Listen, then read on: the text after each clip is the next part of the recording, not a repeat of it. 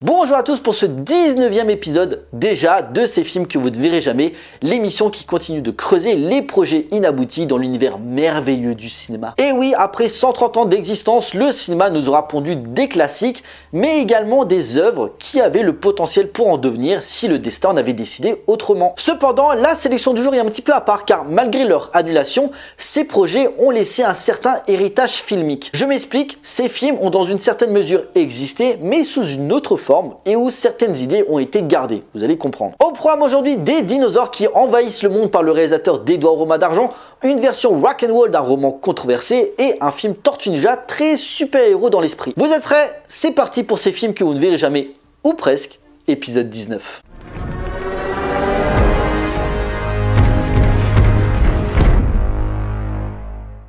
Numéro 1, Dinosaurs Attack par Tim Burton. Si aujourd'hui la production cinématographique, en particulier Hollywood, se permet d'adapter tout et n'importe quoi, romans, biopics, événements historiques, comics, voire jeux vidéo, alors même jusqu'à adapter récemment des jouets comme Transformers et Barbie, il fut un temps où on se permettait certaines limites, notamment le jeu de société où on était là genre sérieusement les gars, à part un film Cluedo sorti en 1985 plutôt sympathique, il n'en fallait pas plus pour qu'un réalisateur reconnu pour son génie créatif et un univers graphique très référencé pour mettre en scène un jeu de cartes représentant des dinosaures.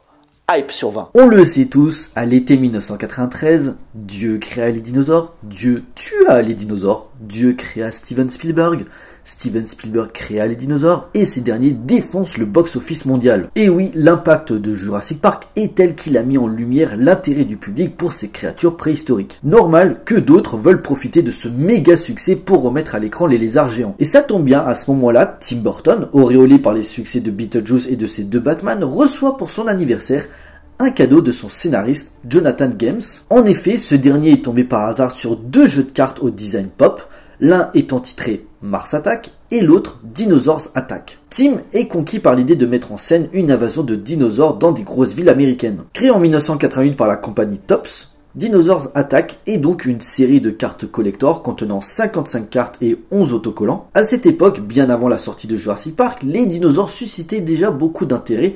D'ailleurs, la même année, sortait l'un des films de mon enfance, le magnifique Le Petit Dinosaure et la Vallée des Merveilles. S'inspirant de certains classiques des films de monstres tels que Le Monstre des Temps Perdus, voire Godzilla, les créateurs Len Brown et Gary Gerani développent l'idée d'une série de cartes. L'histoire est ultra minimaliste. Une expérience scientifique sur le voyage dans le temps tourne mal et toutes sortes de dinosaures débarquent à notre époque pour foutre le bordel. Chaque carte montrant une scène de dinosaures provoquant le chaos et la mort à travers le monde. D'ailleurs, l'œuvre se veut assez choquante et graphiquement sanglante, les mises à mort étant représentées de façon très gore. Malheureusement, Dinosaurs Attack ne sera pas un succès, si bien qu'elle intéresse surtout les collectionneurs aujourd'hui, mais elles valent très cher. Malgré tout, Tim Burton y voit là un potentiel filmique plutôt fun à l'écran en faisant un film catastrophe type La Tour Infernale, mais avec des dinosaures qui détruisent tout sur leur passage. Sachant que quelques années plus tôt, je l'ai pas dit, Joe Dante voulait déjà adapter au cinéma Dinosaurs Attack, mais ironiquement, la production du film de Steven Spielberg a stoppé son envie,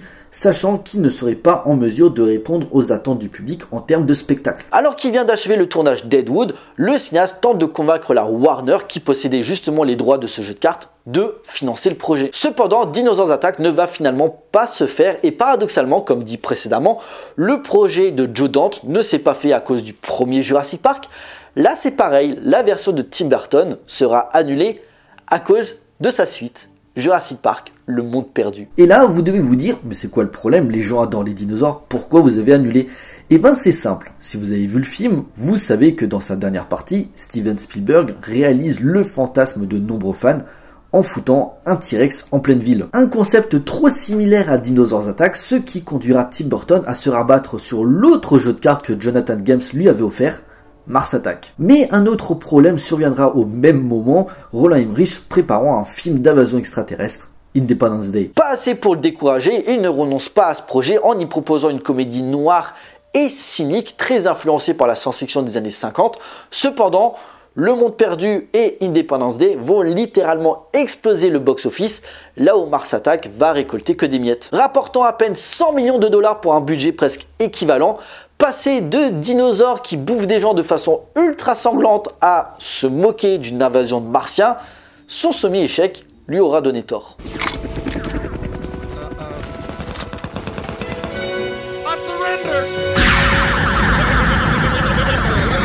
Numéro 2, Orange Mécanique par C. Litvinov.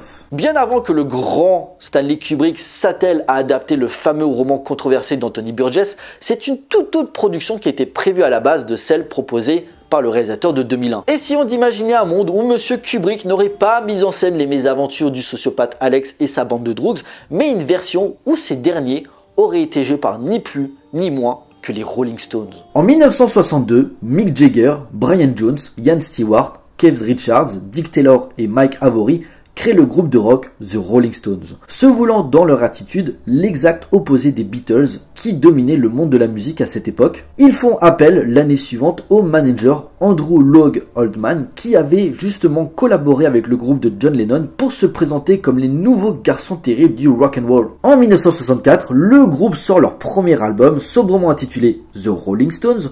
Ce 33 tours à 12 titres les propulse à la tête des ventes en Grande-Bretagne grâce à des titres comme Tell Me et Not Fade Away. La même année, ils enchaînent avec 12X5, un EP servant de prémisse pour leur second album en préparation, dont certains morceaux sont présents dans les deux disques. Et alors que les Rolling Stones dominent le hit parade des charts, il convient de noter deux événements arrivant plus ou moins au même moment. En premier lieu, le roman Orange Mécanique en 1962.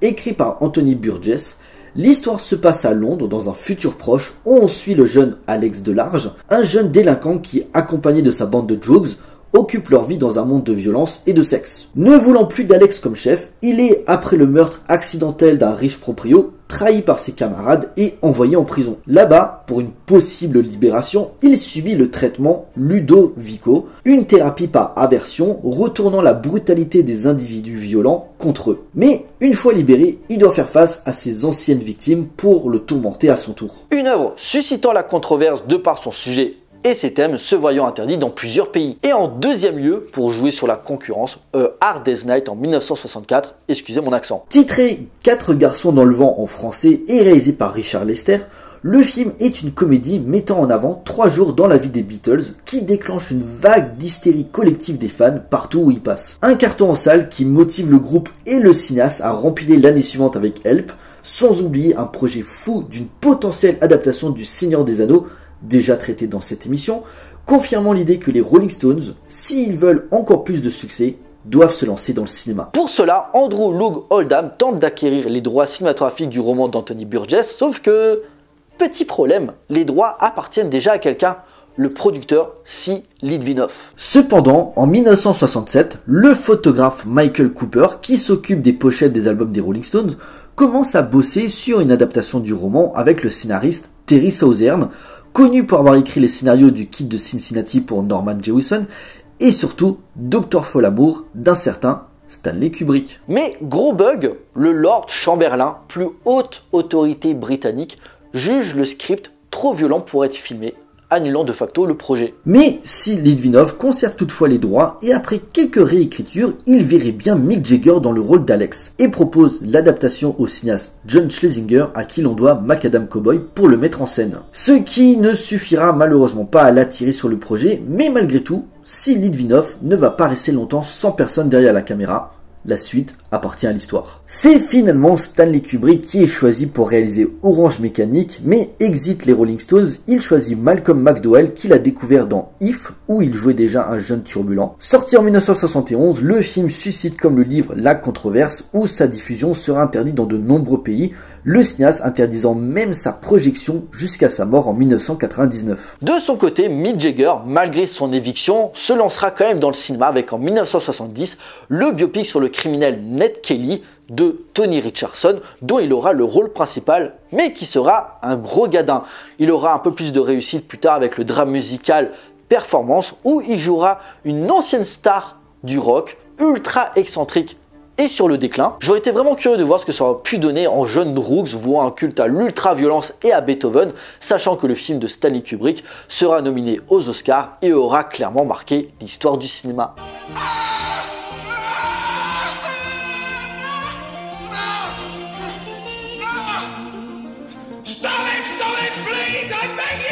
Numéro 3, Ninja Turtle The Next Mutation par Kevin Eastman et Peter Laird. Après avoir subi plusieurs reboots, que ce soit en live action ou en animation ces 20 dernières années, les Tortues Ninja ont failli avoir un 4e volet faisant suite à la fameuse trilogie sortie au début des années 90. Mais après un 3e volet très décevant, il convenait aux créateurs du comics de base de revenir aux origines du mythe tout en proposant un aspect plus culture du super-héros, on va dire. Créé en 1984 par Kevin Eastman et Peter Laird, les Tortues Ninja sont devenus rapidement très populaires par sa pastiche des comic books et son style ultra sanglant destiné à un public adolescent. Narrant les aventures de 4 tortues qui, après un contact avec un liquide mutagène, vont se mettre à grandir et développer une intelligence et des capacités surhumaines. Élevés par Splinter, un rat également exposé à la substance chimique qui va se présenter comme leur père adoptif, ils vont apprendre les arts martiaux pour affronter diverses menaces, notamment leur pire ennemi, Shredder. Le succès est tel qu'une série d'animation est produite en 1987, méga carton planétaire,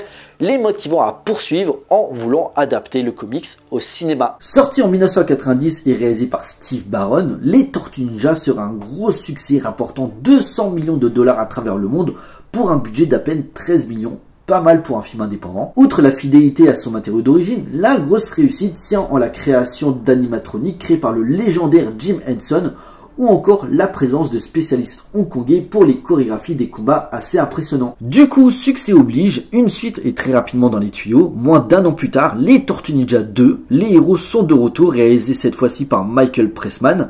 Malgré un humour plus présent et une certaine redite du premier, Shredder est du nouveau de la partie, le public répondra toujours présent en salle malgré des chiffres moindres comparés à son prédécesseur. Assez cependant pour lancer un 3e volet en 1993, et c'est là que ça va commencer à être compliqué. Réalisé par Stuart Gillard et essayant de corriger le tir de son prédécesseur, les Tortues Ninja tentent de sauver April O'Neil qui a été envoyé au Japon féodal du XVIIe siècle. Une histoire de voyage dans le temps, sympa sur le papier, sauf que ce qui marchait avant est désuet ici.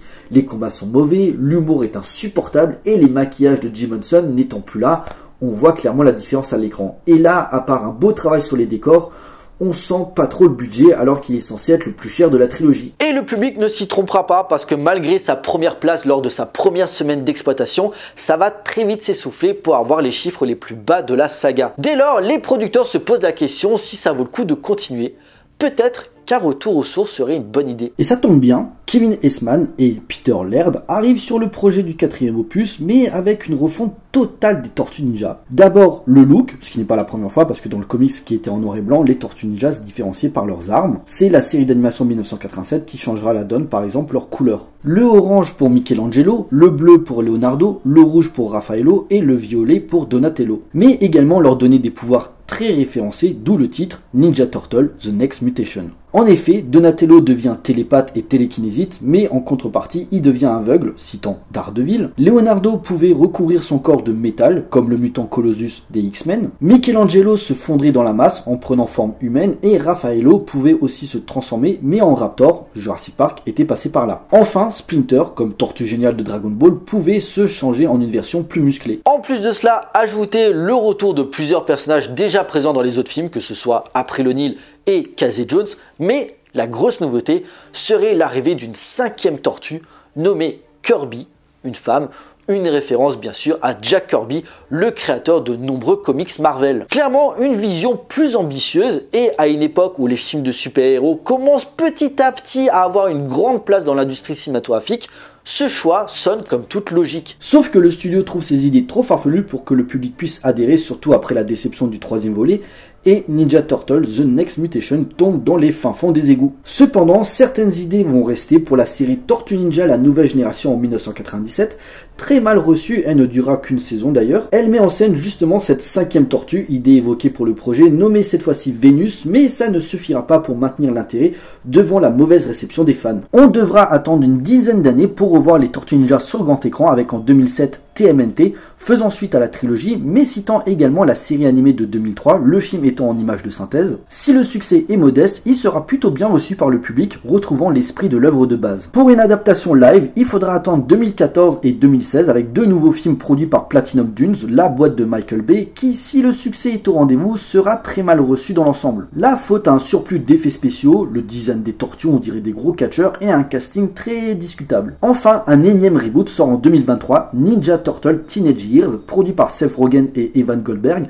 pour être mise en scène par les co-réalisateurs de Mitchell contre les machines. Une version animée avec une vision plus adolescente de nos héros qui remportera un beau succès, assez pour lancer une série d'animation disponible sur Paramount+, et, vu comme le film se finit, une suite qui est en préparation pour une sortie fin 2026. A noter également un projet à part, mais assez excitant sur le papier, une adaptation du comics The Last Ronin. Un comics écrit en 2020 par Kevin Eastman et Peter Laird eux-mêmes, l'histoire se passant dans un New York post-apo et où les tortues, sauf une, ont péri, la dernière survivante voulant venger l'honneur de sa famille disparue. Une œuvre très sanglante qui aura d'ailleurs droit à une adaptation en jeu vidéo prochainement.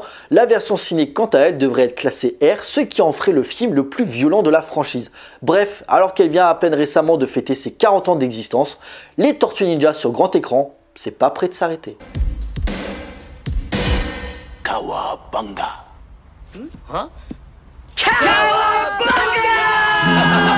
Voilà, ce 19e épisode de ces films que vous ne verrez jamais est à présent terminé. J'espère qu'il vous a plu. On like, on partage comme d'habitude. N'hésitez pas à me laisser dans les commentaires ce que vous pensez de ces 3 projets et lequel vous aurez le plus hypé. Pensez bien sûr à me suivre sur les différents réseaux sociaux pour suivre l'actualité de la chaîne et surtout, abonnez-vous pour la soutenir. Pour nous, on se retrouve pour une prochaine vidéo. D'ici là, portez-vous bien. Allez voir des films. Ciao.